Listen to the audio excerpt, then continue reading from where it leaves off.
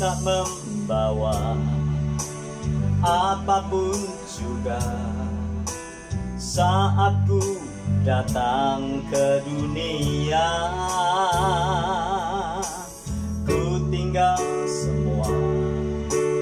Pada akhirnya, saat ku kembali ke surga, inilah yang ku punya, hati sebagai hamba yang mau taat dan setia padamu Bapa. Kemana kan ku bawa hati yang menyembah dalam roh dan kebenaran sampai selamanya.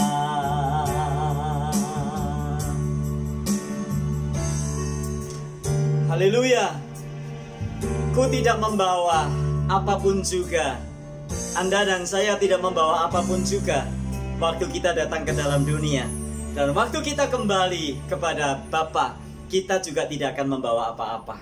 Hari ini kita akan belajar satu topik yang menarik yang disampaikan Tuhan Yesus. Masih ada kaitannya dengan pelajaran kemarin. Kita membaca dari Matius pasal yang ke-19, ayat yang ke-22, ayat yang ke-23 sampai 26. Kemarin kita sudah membahas sampai ayat 22. Tapi ada baiknya saya akan membaca ayat 22 terlebih dahulu supaya kita mengingat kembali apa yang sudah kita pelajari kemarin. Ayat 22, ketika orang muda itu mendengar perkataan itu, pergilah ia dengan sedih sebab banyak hartanya.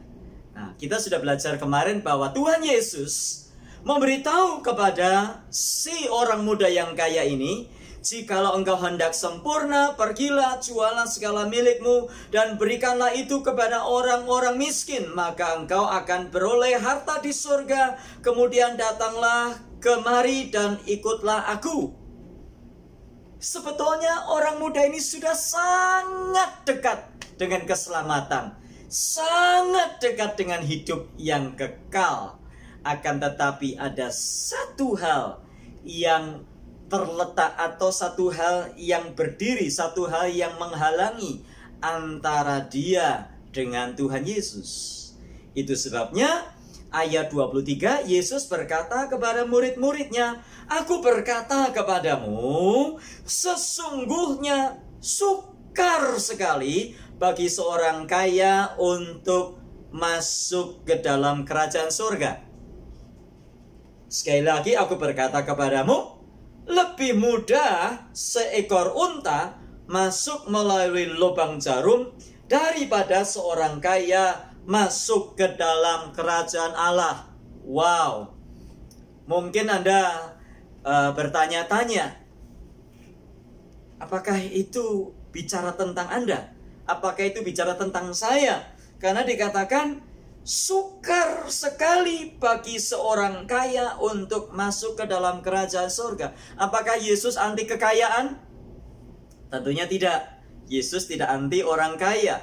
Kalau kita melihat dalam sejarah selanjutnya, dalam sejarah gereja, Tuhan juga memakai orang-orang kaya. Tuhan memakai Lydia, pedagang kain ungu, pedagang kain yang sangat kaya, dipakai Tuhan untuk luar biasa.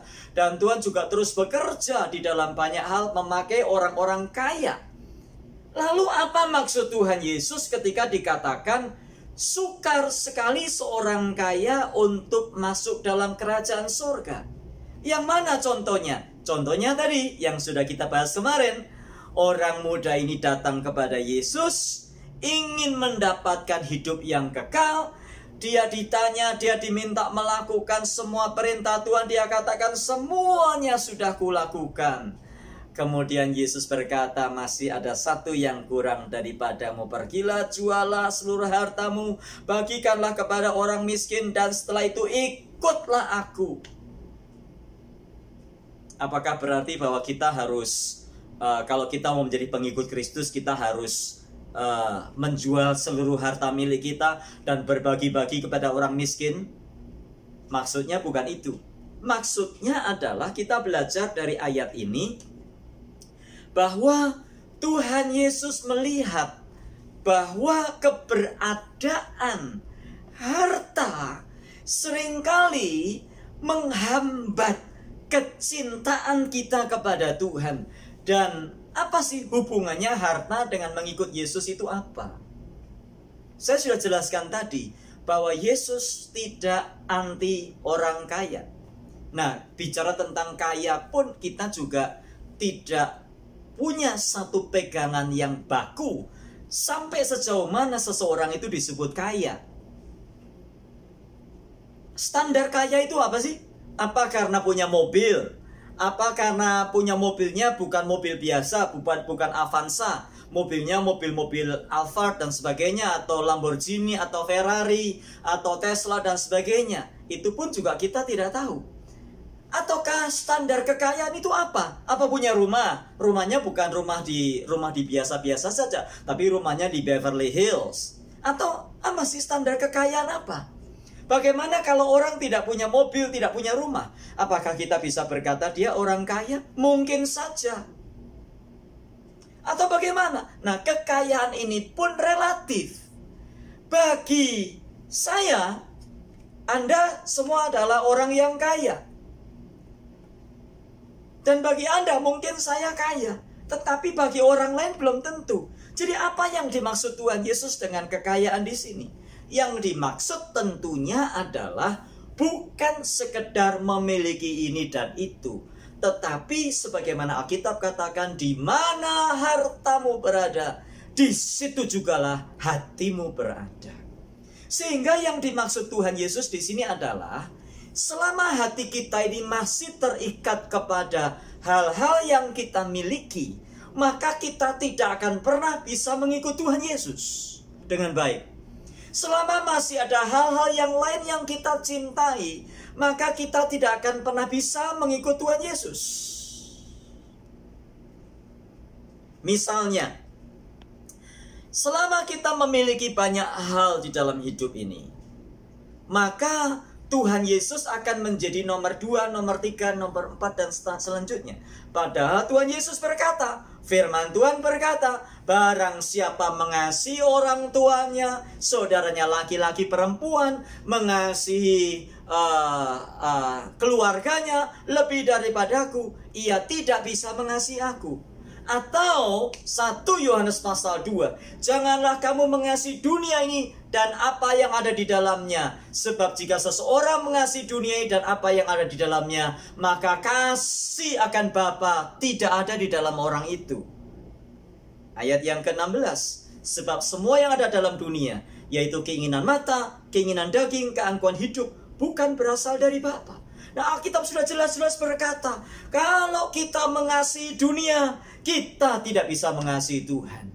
Kalau kita ini mencintai harta, atau bukan harta, atau apapun, mungkin kita tidak sekaya seperti apa yang orang dunia katakan. Sekarang ini orang yang paling kaya di dunia adalah katanya Jeff Bezos, yang punya Amazon. Atau juga belum lama peringkat berikutnya adalah Bill Gates. Lalu bagaimana? Mungkin kita tidak sekaya Jeff Bezos. Mungkin kita hanya punya rumah kecil-kecilan saja, ukuran 4x10, 6x9 mungkin. Dan mungkin kita pun juga sudah bisa berkata kita kaya. Tidak harus sekaya orang-orang yang lain.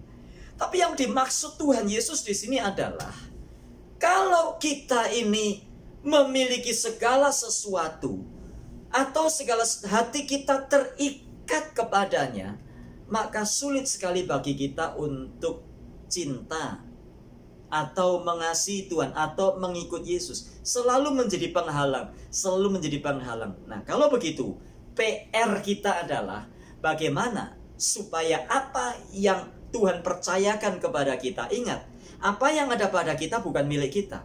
Itu hanyalah yang dipercayakan Tuhan kepada kita. Kita bukan pemilik, kita hanya pengelola. Emas, perak yang ada pada kita hanya pengelola. Saving account, deposito, tabungan, atau saham, atau apapun juga yang Bitcoin, atau apapun yang kita cryptocurrency, atau apapun yang kita miliki, semuanya kepercayaan. Jangan hati kita melekat kepadanya, sebab itu mengganggu kita sehingga kita tidak bisa mengikut Yesus dengan sungguh-sungguh. Itu sebabnya Tuhan Yesus berkata,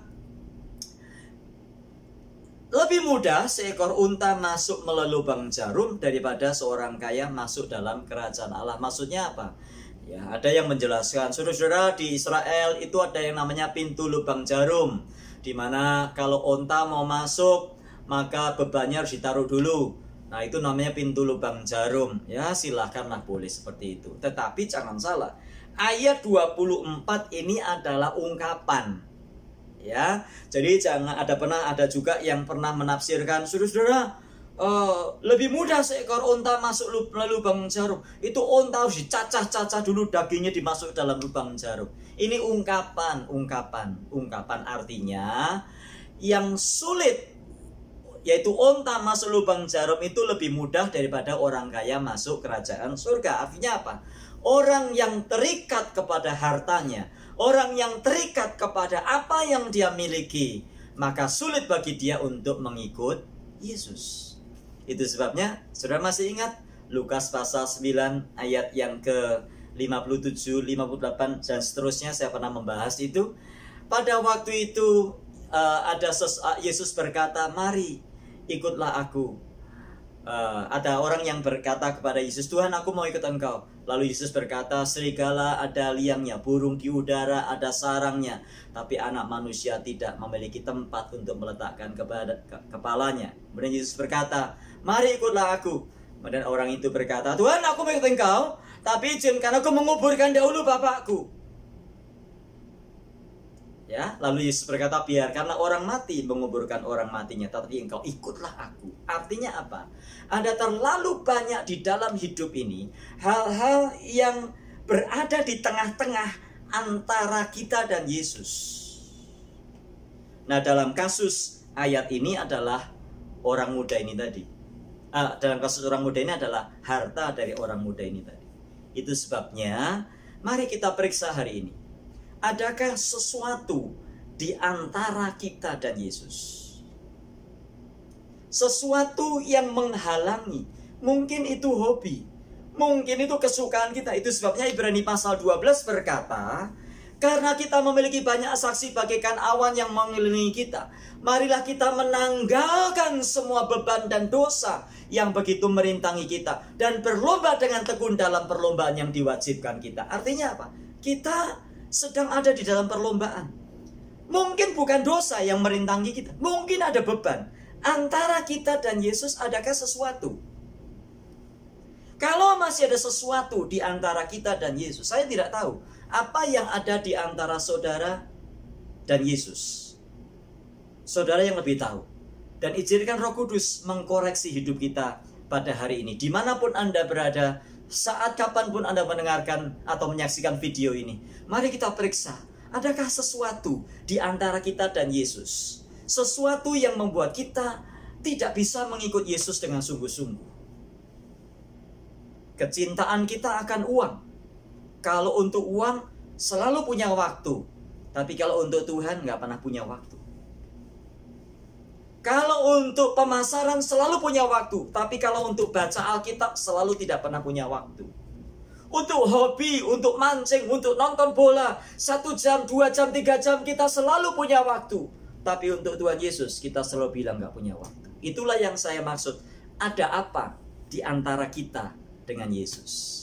Mari kita tundukkan kepala. Bapa di surga, setiap orang yang menyaksikan video ini, biarlah Tuhan menjamah kami, Tuhan.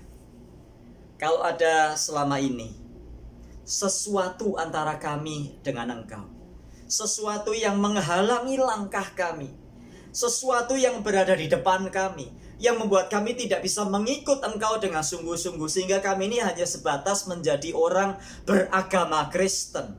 Kami hanya sekedar orang pergi ke gereja. Kami belum memberikan seluruh hati dan hidup kami bagi Engkau, Tuhan.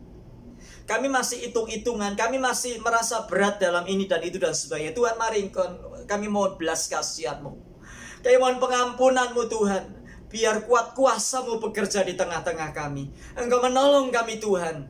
Supaya di antara kami dan Engkau tidak ada hal-hal yang menghalangi.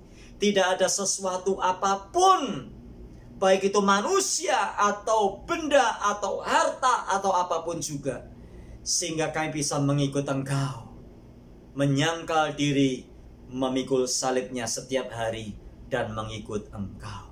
Tolong kami Tuhan. Mungkin ada dosa yang begitu mengikat kami selama ini. Di dalam nama Yesus Kristus, kami mematahkan. Dan kami mau Tuhan untuk hidup berkemenangan bersama dengan Engkau. Tolong kami Tuhan. Tolong kami Roh Kudus. Di dalam nama Tuhan Yesus kami berdoa. Amin. Kiranya apa yang saya sampaikan ini menjadi berkat bagi kita sekalian. Jangan ada sesuatu apapun di antara kita dan Yesus, sehingga kita bisa mengikut Yesus dan mencintai Dia dengan segenap hati. Tuhan memberkati kita. Amin.